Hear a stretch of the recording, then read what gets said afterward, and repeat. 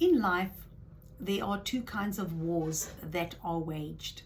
There is the unjust war, and then there is a just war. And we'd like to believe that all wars are unjust, but the truth is that some wars are necessary. And it's the difference of the unjust and the just war.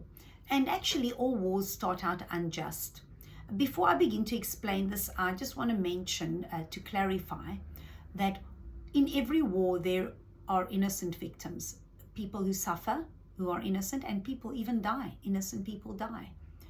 And that would be a video for possibly for another, a topic for another video. But in today's video, the focus I want is the parties involved in the war. So if you can keep that focus, that is what I'm going to explain today. So you've got two kinds of wars, the unjust and the just. So every war starts out unjust. It doesn't start out just. It starts out unjust. There's an attacker, and the one behind that war, the unjust war, is Satan. His motive is to steal, to kill, and to destroy. It's a purpose. The purpose of it is destruction. And it is saying, I'm going to take from you so I can have for myself, and you're going to suffer. That is the motive of the unjust war. And in an unjust war, there's always an attacker and a victim. A guilty one and an innocent one. That's the two. And the thing with an unjust war is that every unjust war has an expiry date. It's got a date where it comes to an end.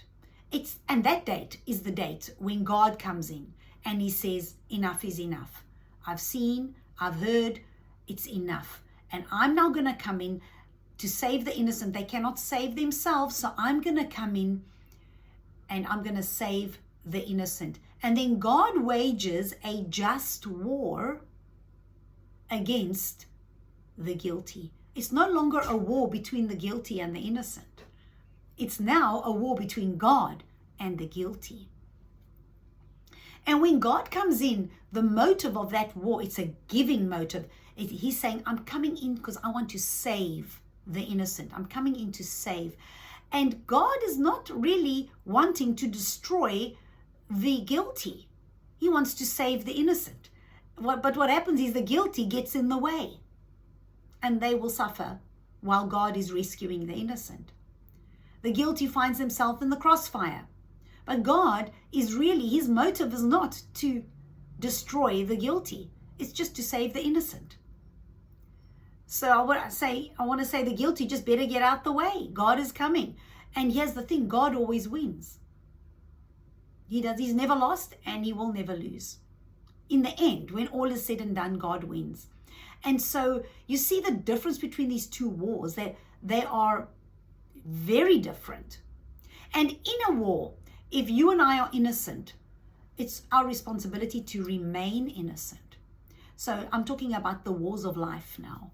You go through life and you go through problems and challenges and difficulties. These are the wars that we experience in life.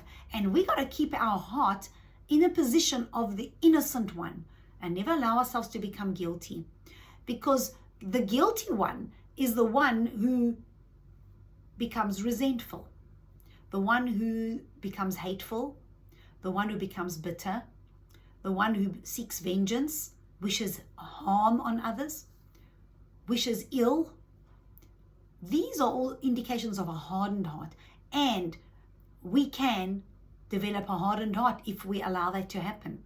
And if I allow my heart to become hardened, I find myself now in the position of guilty.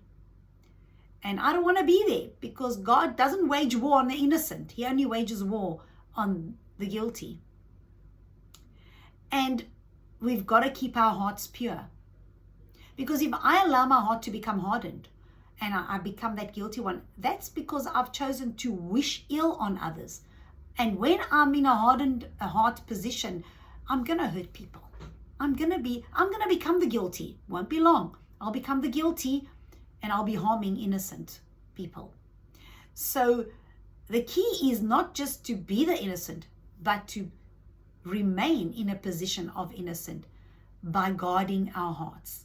And that way I can know that God will always fight for me when I find myself in a difficult position that I don't know how to get out of. I keep myself on the innocent position because God wages war for the innocent, not for the guilty. He wages it on the guilty, but the purpose of the war is to save the innocent. So stay innocent.